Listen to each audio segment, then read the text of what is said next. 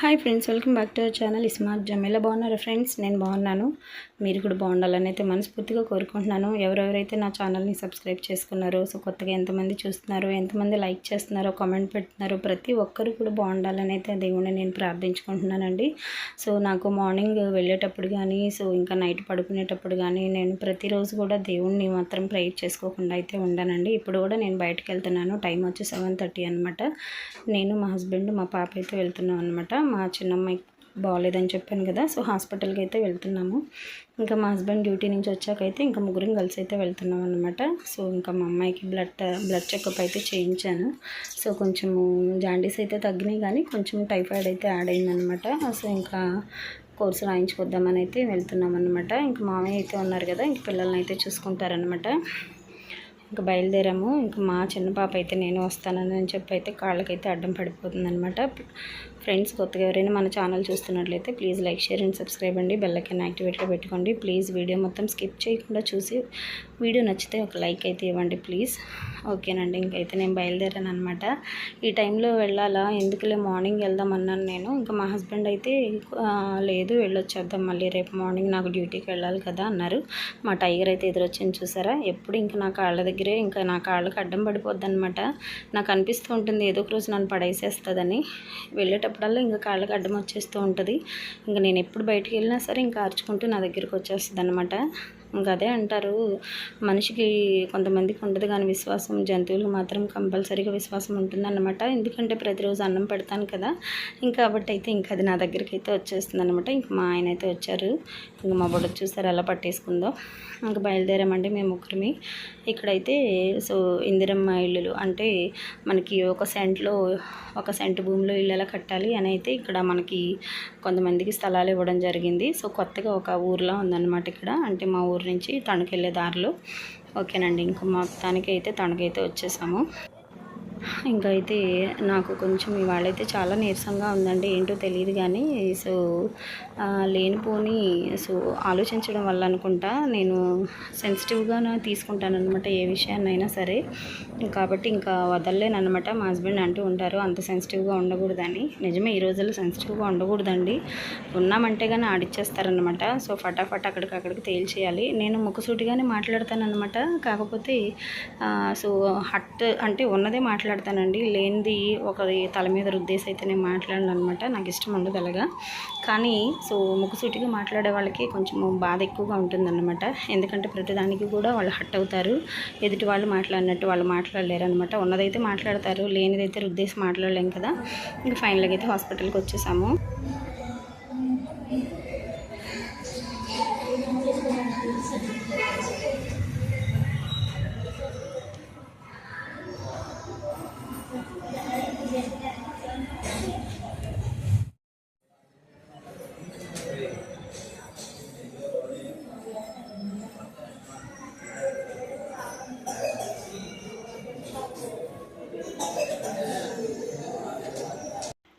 మాదైతే special card అండి. So ఒక 12 days అయితే అవుతుందన్నమాట. సో రేపటితో అయితే ఇంకా డేట్ కూడా ముగుస్తుంది. సో ఇంకా వచ్చామన్నమాట. సో తొందరగానే అయిపోయిందిలేండి మనకి. చూపించేసుకొని ఇంక బయటకు వచ్చేసాము. ఇంకా పొద్దుపోయింది కదా, ఇంకా నేను కూడా కర్రీ ఏం చేయలేదన్నమాట. పాపకైతే ఇడ్లీ కట్టించుకున్నాను. ఇంకా మా పిల్లలకైతే ఇంకా బయట అయితే కర్రీస్ తీసుకున్నాం అనమాట. సో చూస్తున్నారు కదా, పుల్ మకాని అలాగే మిల్ మేకర్ కర్రీ అయితే తీసుకున్నాం అనమాట. మా అయ్య గారికి అయితే సో ఫ్రై కర్రీ అయితే తీసుకున్నాం అనమాట. సో బెండకాయ ఫ్రై అయితే తీసుకున్నాము. ఇంకా అదండి సంగతి. ఇంక ఇక్కడైతే నాకు కొంచెం నీరసంగా ఉందని చెప్తే ఇంకా మా హస్బెండ్ అయితే టిఫిన్ పెట్టిస్తాకైతే ఆగారు. సో మేము ఎప్పుడు కూడా 5 star హోటల్స్కి అయితే వెళ్ళమండి. సో టిఫిన్ తినాలనుకుంటే ఇంకా రోడ్డు పక్కన చిన్న బడ్డీ షాప్స్ ఉంటాయి కదా, నాకైతే అక్కడ చాలా ఇష్టం అనమాట. సో చాలా టేస్టీగా అయితే ఉంటుంది, నీట్గా కూడా ఉంటాయి అన్నమాట. ఏదైనా మనం చూసేదాన్ని బట్టే ఉంటుందిలేండి. నాకైతే ఇష్టం అన్నమాట. ఎప్పుడో కానీ నేను వెళ్ళను, మా హస్బెండ్ తీసుకెళ్తాను అంటారనమాట. ఎందుకంటే రోడ్ సైడ్ నిలబడి తినాలంటే కష్టం కదా లేడీస్కి, వెళ్దాం అంటారనమాట. బట్ నేనైతే మా హస్బెండ్ పక్కనే నుంచొని తినేస్తానమాట. ఓకే, ఇంకా చూస్తున్నారు కదా, ఇంకా ఇటైతే వేల్పూర్ వెళ్ళే దారి అనమాట. సో మనం నార్త్ వైపు వెళ్ళామంటే సో వేల్పూర్ వెళ్తుంది. సో చూసారు కదా, ఇదేనండి షాపు. సో చాలా టేస్టీగా ఉంటుంది. అసలు చట్నీలు 3 రకాల చట్నీలు వేశారనమాట. నేనైతే ఒక ఊతప్పము అలాగే 2 ఇడ్లీలు అయితే తీసుకున్నాను. మా పాపకైతే ఇడ్లీలు అయితే కట్టించాను అనమాట. ఇంకా చాలా బాగుంది, చాలా టేస్టీగా అయితే ఉంది. ఇంకా పిల్లలకి తీసుకెళ్తాం అనుకున్నాను, కానీ నేను వచ్చేటప్పుడు అయితే రైస్ పెట్టేశాను అనమాట. కాబట్టి ఇంకా పిల్లలకి కూడా నేను తీసుకోలేదండి. సో పిల్లలకి మాత్రం ఫ్రూట్స్ అలాగే కొన్ని కేక్స్ అయితే తీసుకున్నాను. ఇంకా నన్నైతే పక్కన కూర్చోబెట్టి నన్ను, మా పాపని, ఇంకా మా హస్బెండ్ అయితే వెళ్ళారనమాట తీసుకురావడానికి. ఓకే, ఇంకా ఇడ్లీ అయితే వేడివేడిగా ఉంది. నాకైతే తినాలనిపిస్తూ ఉందనమాట. ఎందుకంటే ఏంటో తెలియదు కానీ చాలా నీరసంగా అయితే ఉంటుందన్నమాట ఒక 2-3 డేస్ నుంచి. బట్ తప్పదన్నట్టుగా ఇంకా అలా నెట్టుకొచ్చేస్తూ ఉన్నానన్నమాట. సో చూసారు కదండి, ఉతప్పం అయితే తీసుకొచ్చారనమాట. చాలా బాగుంది ఫ్రెండ్స్. 3 రకాల చట్నీలు వేశారు.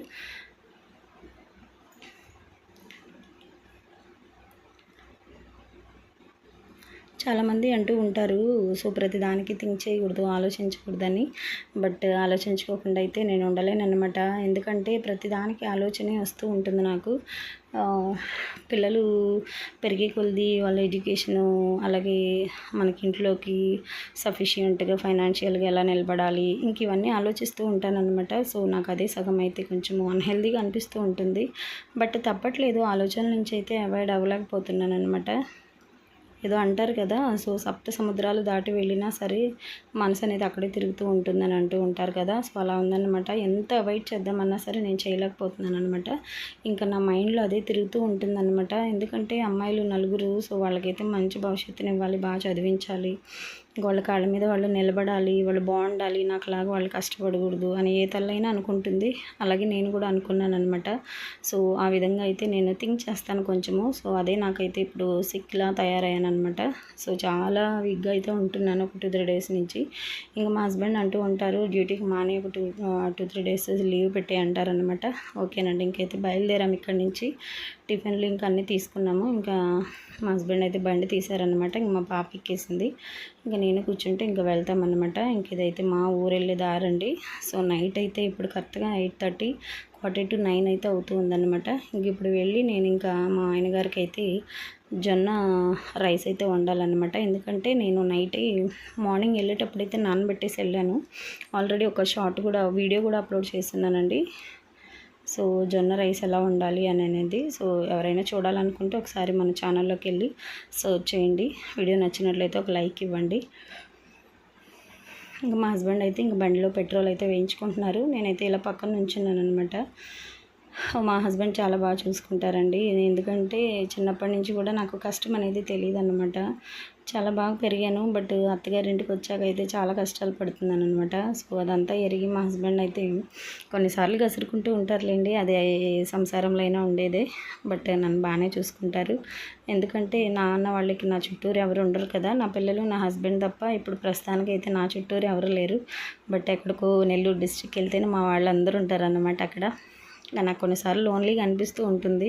అయ్యో ఇంత దూరం నేను ఒక్కదాన్ని ఒంటరిదాన్ని అనిపిస్తూ ఉంటుందన్నమాట. బట్ పిల్లలు ఉండగా ఇంకా నాకేంటండి, మా అమ్మ అంటూ ఉంటారనమాట నాతో, పిల్లలు ఉండగా నీకేంటి, పిల్లలు సరిపోరా నీకు అని అంటూ ఉంటారనమాట. బట్ నా పిల్లలే నాకు ఈరోజు ఆయుధాల్లా తయారయ్యారు. అంటే నన్ను అంత బాగా చూసుకుంటారనమాట. నాకు ఏదైనా నీరసంగా ఉన్నా, లేకపోతే నేను ఏదైనా బాగాలేకపోయినా అంతా వాళ్ళే చేసేస్తారు.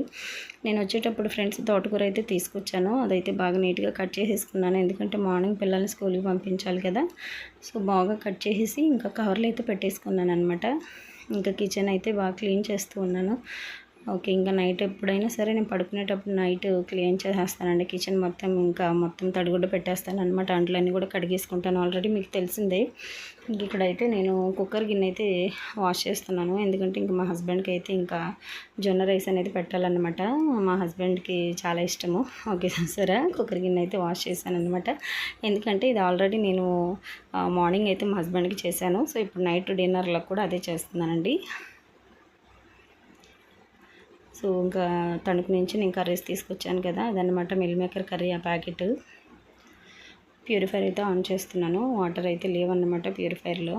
అసలు నిజంగా కిచెన్లో ఉంటే మొత్తం చెమటలు పట్టేస్తున్నాయండి, ఉండలేకపోతున్నాం అన్నమాట. ఇవాళ నాకు మాట్లాడుతున్నా సరే నీరసంగా ఉందన్నమాట. అసలు వాయిస్ ఓవర్ కూడా ఇవ్వలేకపోతున్నాను. ఇంకా మా హస్బెండ్ ఏమో 2-3 డేస్ ఆపేసి వెళ్ళొద్దు ఎక్కడికి, ఇంట్లోనే కూర్చో అని చెప్పని అంటారు. బట్ ఆడవాళ్ళకి కుదరదు కదండి కూర్చుంటే. ఇంకా జొన్న రైస్ అయితే ఉడుకుతుంది, చూసారు కదా.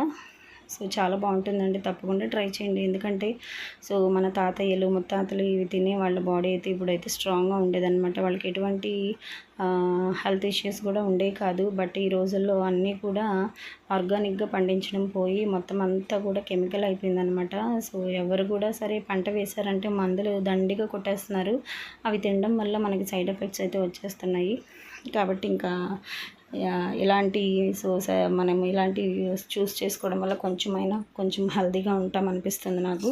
కాబట్టి నేను ఎప్పుడైనా సరే ఇంట్లో మా హస్బెండ్కి అయితే నేను ఇలా జొన్నలు, రాగులు, ఇంకా ఓట్స్, నెక్స్ట్ ఇవి ఉన్నాయి కదండి కొర్రలు, ఇవైతే యూస్ చేస్తూ ఉంటాను. పెసలు కూడా ఎక్కువ పెడతానండి మా హస్బెండ్ కంటే.